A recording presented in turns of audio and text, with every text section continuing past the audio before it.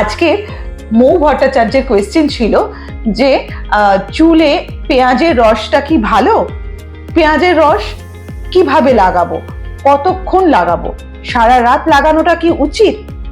আর গাগরির প্রশ্ন, চুল পাতলা হয়ে যাচ্ছে, চুল উঠে যাচ্ছে, ড্যান্ড্রফ হচ্ছে, নানা রকম চুলের সমস্যা, সেই সব নিয়ে আজকে আলোচনা করছি। নাম্বার 1, আমি যেটা বলবো, পেঁয়াজের রস। পেঁয়াজের রস ভীষণ ভালো একটা জিনিস। পেঁয়াজের রসটাকে আমাদের প্রথমে বার করে নিতে হবে। কিন্তু পেঁয়াজের রস, কি ধরনের পেঁয়াজের রস আমরা হেয়ারের জন্য অ্যাপ্লাই করব? আমি বলবো রেড কালারের, লাল রঙের যে পেঁয়াজ হয়, সেই পেঁয়াজের রস কিন্তু আমাদের চুলের জন্য ভালো। সেই পেঁয়াজটাকে প্রথমে আমরা রস বের করে ছেঁকে নিতে হবে।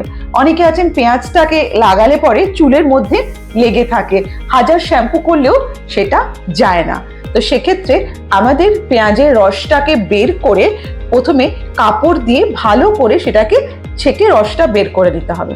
তারপর সেটাকে আমরা কি করছি, তুলো আছে, তুলো, কটন প্যাড, সেটা যেমন আমি হট অয়েল ম্যাসাজ দেখিয়েছিলাম, অয়েল কিভাবে লাগাতে হয় দেখিয়েছিলাম, ঠিক সেই রকম তুলোতে করে নিয়ে আমাদের স্ক্যাল্পে লাগাতে হবে।